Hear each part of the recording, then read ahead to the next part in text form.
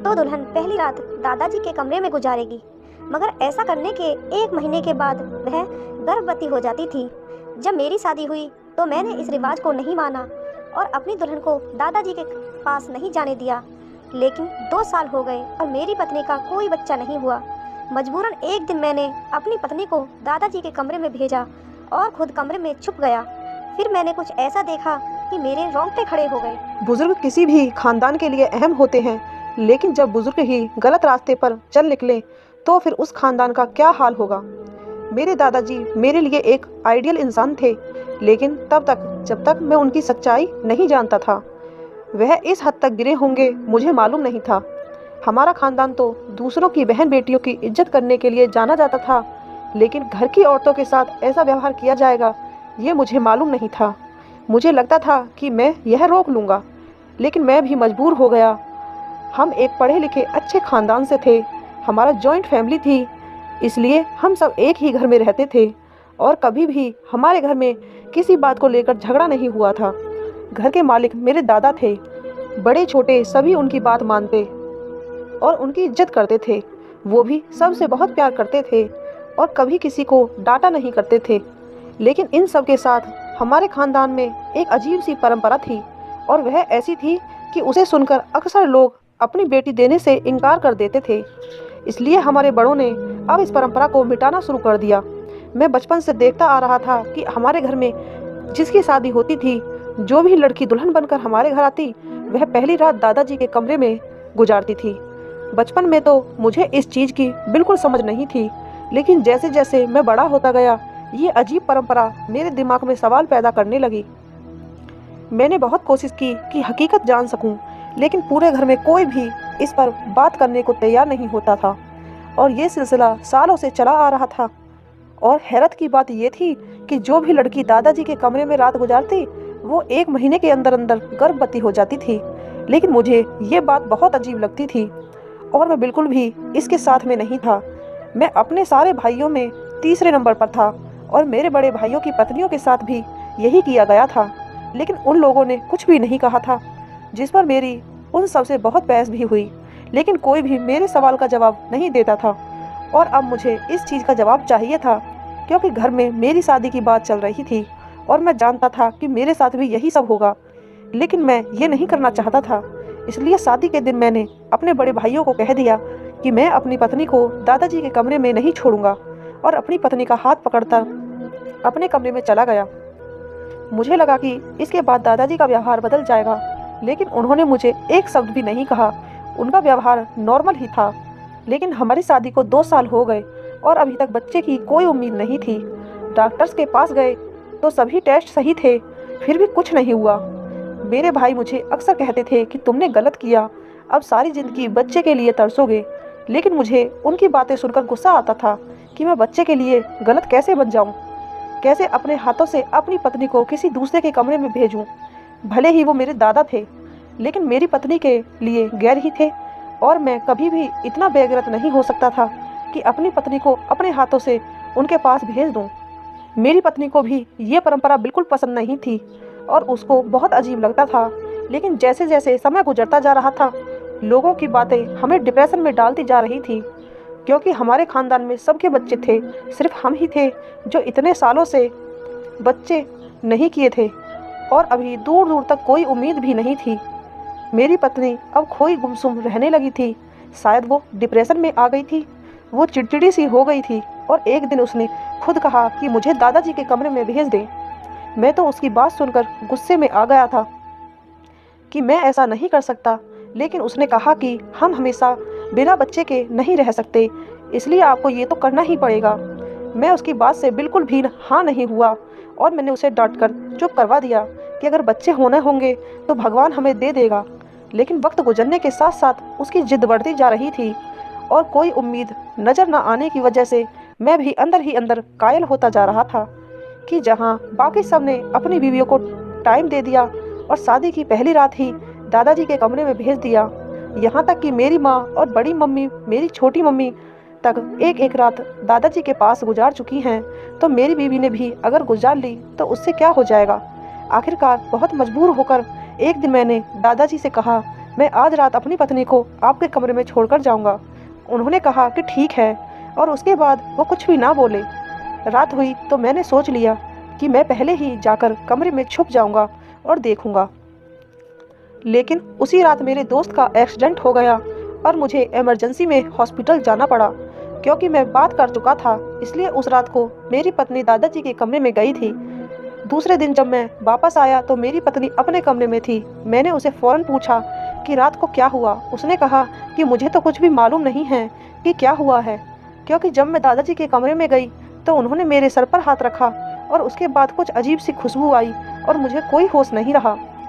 सुबह जब होश आया तो मैं अपने बिस्तर पर सो रही थी और दादाजी सोफे पर बैठकर अखबार पढ़ रहे थे। उसके बाद मैं उठकर बाहर आ गई। उसकी बात सुनकर मुझे अजीब सा महसूस हुआ था कि दादाजी को मेरी पत्नी को बेहोश करने की क्या ज़रूरत थी, जबकि मैंने खुद अपनी खुशी से पत्नी को भेजा था। अब तो ये बात मुझे और गलत लगने लगी, लेकिन कोई भी कुछ बताने को तैयार नहीं था। मैंने दादाजी से भी सवाल किया, लेकिन उन्होंने कहा कि अभी वक्त नहीं है, इसका वक्त आया तो मैं इसका जवाब तुम्हें दे दूंगा। लेकिन अपनी पत्नी को खुश देखकर मैं भी चुप हो गया। फिर सच में 1 माह बाद मेरी पत्नी गर्भवती हो गई। अब तो मुझे अजीब सा महसूस होने लगा कि ये बच्चा मेरा है भी या नहीं। लेकिन मेरी पत्नी इस बच्चे को पाकर बहुत खुश थी और उसको खुश देखकर मैं भी खुश होने लगा था। लेकिन दिल के अंदर शक खत्म नहीं हो रहा था। लेकिन अपनी पत्नी के सामने ये जाहिर नहीं होने दिया था, क्योंकि इससे उसकी खुशी खराब हो सकती थी। मैंने सोच लिया कि मैं बच्चे के पैदा होने के बाद उसका डीएनए टेस्ट करवाऊंगा, फिर उसकी रिपोर्ट के साथ दादाजी से सवाल करूंगा। वो वक्त मेरे लिए बहुत ही मुश्किल था, क्योंकि जब भी मैं अपने बच्चे की खुशी महसूस करके खुश होने लगता तो वो एक रात मेरे दिमाग में आ जाती और मैं ना ठीक तरह से खुश हो पा रहा था और ना ही परेशान। किसी तरह वो वक्त ख़त्म हुआ और मुझे भगवान ने चांद जैसा बेटा दिया। ये खुशी इतने सालों के बाद मिली थी, इसलिए सभी बहुत खुश थे और सबसे ज़्यादा मेरे दादाजी खुश थे, क्योंकि अपने पूरे बच्चों में उन्हें सबसे ज़्यादा मुझसे प्यार था और मेरे बच्चे की खुशी शायद उन्हें सबसे ज़्यादा थी। मेरी आंखों में शक की पट्टी बंधी हुई थी और मैं उनकी खुशी को भी शक की निगाह से देख रहा था।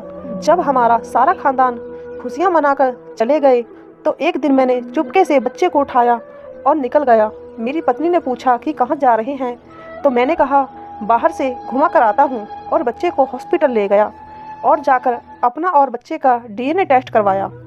मेरे दिमाग में कहीं ना कहीं ये बात ज़रूर थी कि ये बच्चा मेरा नहीं है, और बस यही चीज़ मुझे दिल से खुशी नहीं दे रही थी और मुझे टेस्ट करवाना पड़ा, जिसका रिपोर्ट 3 दिन बाद आना था। वो 3 दिन मैंने कैसे गुजारे वो मुझे ही मालूम है। जिस दिन रिपोर्ट मिलने वाला था उस दिन सुबह से ही मेरे दिल का बुरा हाल हो गया था।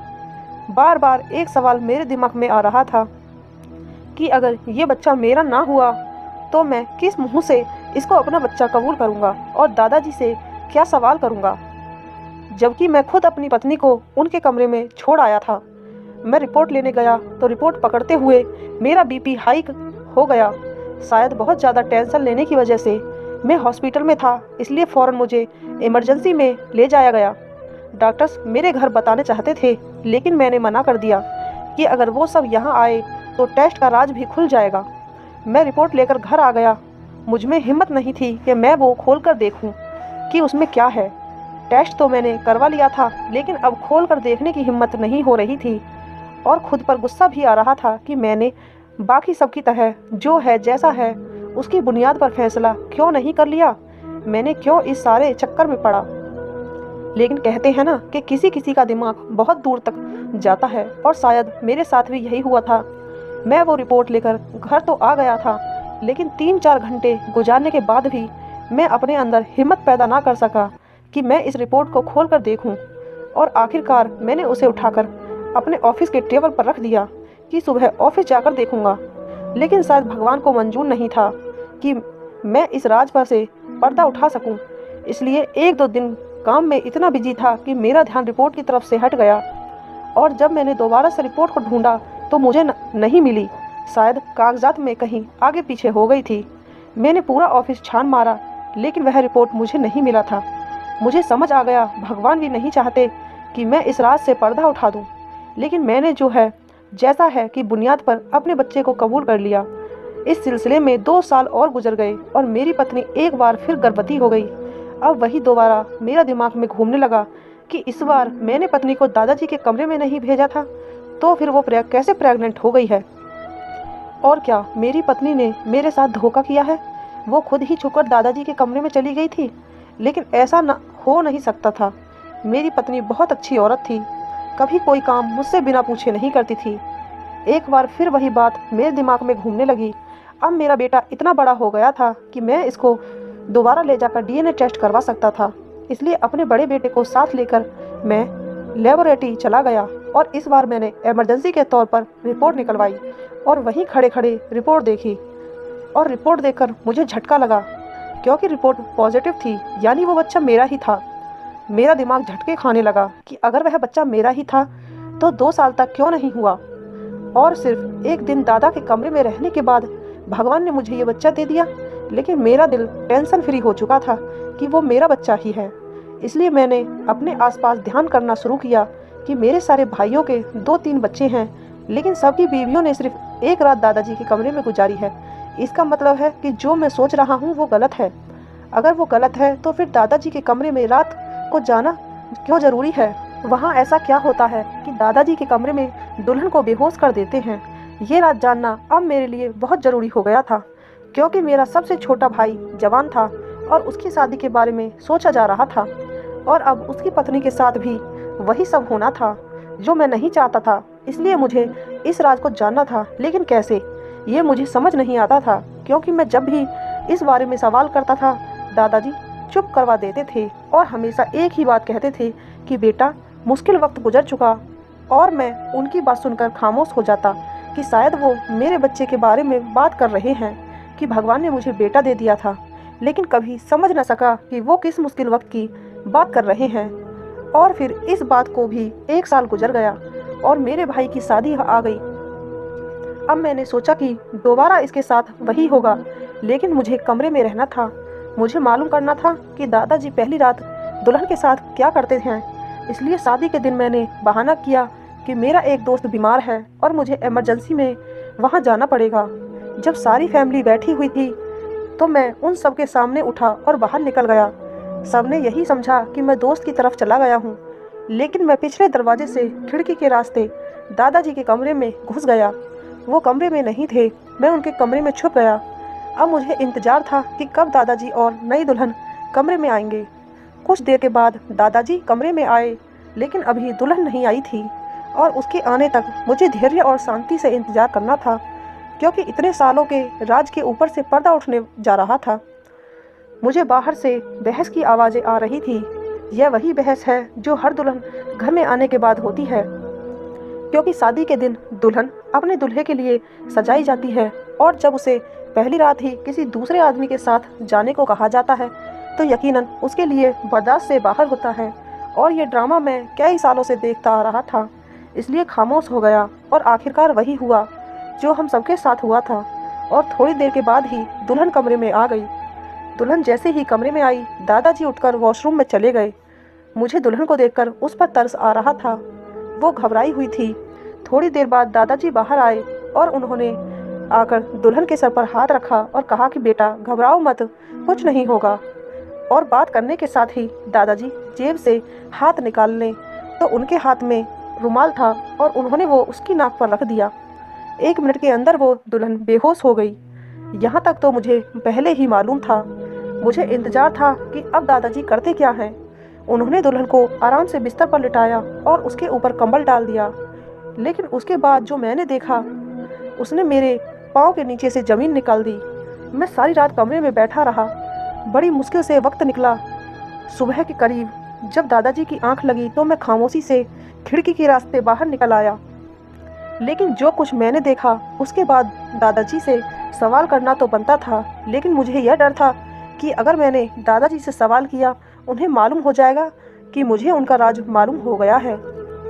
लेकिन बार बार मैं सोचता हूँ ऐसी क्या बात थी कि दादाजी को ये सब करना पड़ा।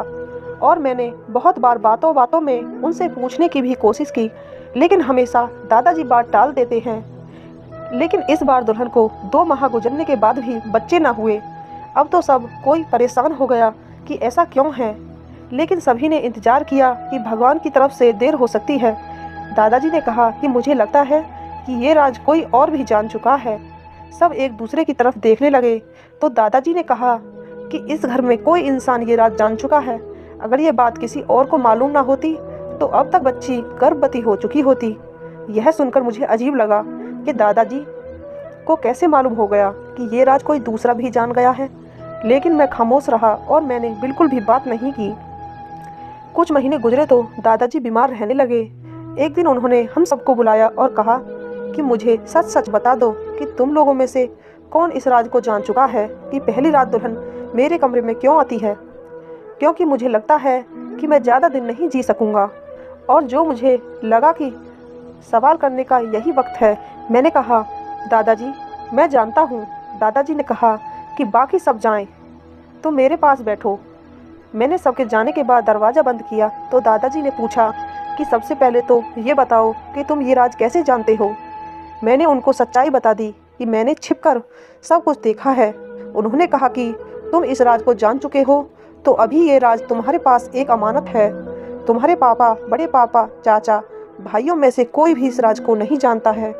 तुम मेरे मरने के बाद यह राज सब घर वालों को इकट्ठा करके बता देना, क्योंकि मैं जानता हूँ कि सबके दिलों में मेरे खिलाफ कुछ ना कुछ गलत मौजूद है। लेकिन मेरे मरने के बाद चाहता हूँ कि सबके दिल साफ हो जाएं। मेरी तरफ से भी कोई भी पाप अपने सर पर लेकर नहीं जाना चाहता। मैंने दादाजी से सीधा सीधा सवाल कर लिया कि ये सब क्या है, आप मुझे पूरी बात समझाएं ताकि मैं सबके सवालों के जवाब दे सकूं। उन्होंने कहा कि सबको यही लगता है कि मैं जो भी दुल्हन आती है उसके साथ पहली रात को कुछ गलत करता हूं, मगर ऐसा नहीं है। हकीकत यह है कि बहुत पहले मेरे परदादा के वक्त में जादू टोना और ये सारी चीज़ें बहुत ज़्यादा हुआ करती थी। हमारे ख़ानदान में कोई औरत ब्याह कर आई थी जिस पर कोई जादूगर था। जब वह ब्याह कर आई तो उस जादूगर ने जादू के जरिए से उसकी औलाद बांध दी थी कि कभी भी इस ख़ानदान में औलाद नहीं हो सकती। एक बुज़ुर्ग ने इस जादू का तोड़ दिया था और उन्होंने कहा था कि 7 नस्लों तक आपको यह काम करना पड़ेगा, और वह यह काम है कि घर में ब्याह कर जो भी दुल्हन आएगी उस घर का जो भी बड़ा होगा वो उसको एक रात अपने पास रखेगा और वो कुछ मंत्र पढ़ेगा जो कि उस बुज़ुर्ग ने बताया था। और ये मंत्र किसी दूसरे आदमी को मालूम नहीं होना चाहिए, इसलिए जो भी दुल्हन होती थी उसे बेहोश कर दिया जाता है और मंत्र पढ़कर उसके शरीर के एक हिस्से में काला धागा बांधा जाता है। यह काम 7 नस्लों तक चलता रहा।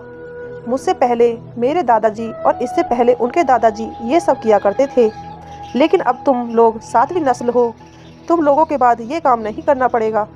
तुमने अपनी पत्नी पर यह काम नहीं करवाया था, इसलिए जादू का असर वहाँ पर था और तुम्हारा बच्चा नहीं हो रहा था। मैंने तुम्हारी पत्नी के साथ भी यही किया था और इसलिए तुम लोगों को बच्चा है। ये राज कोई भी नहीं जानता है। मैंने आज तक अपनी किसी दुल्हन को हाथ तक नहीं लगाया। वो मेरे घर की इज्जत है। मेरे मरने के बाद मेरा ये सच सबको बता देना कि सबके दिल से शक खत्म हो जाए। मैं दादाजी की बात सुनकर खामोश रह गया और मैंने दादाजी से वादा किया कि उनका राज उनके मरने तक राज ही रहेगा। और दादाजी के मरने के बाद अगले ही दिन मैंने सबको एक साथ करके वो राज बता दिया और जिसके दिल में जो शक थे उन सब का शक खत्म हो गया। दादाजी के कमरे से सारी जड़ी बूटी निकालकर बहते हुए पानी में बहा दी गई। इस तरह 7 नस्ल पहले होने वाले एक जादू से हम सबकी जान छूट गई।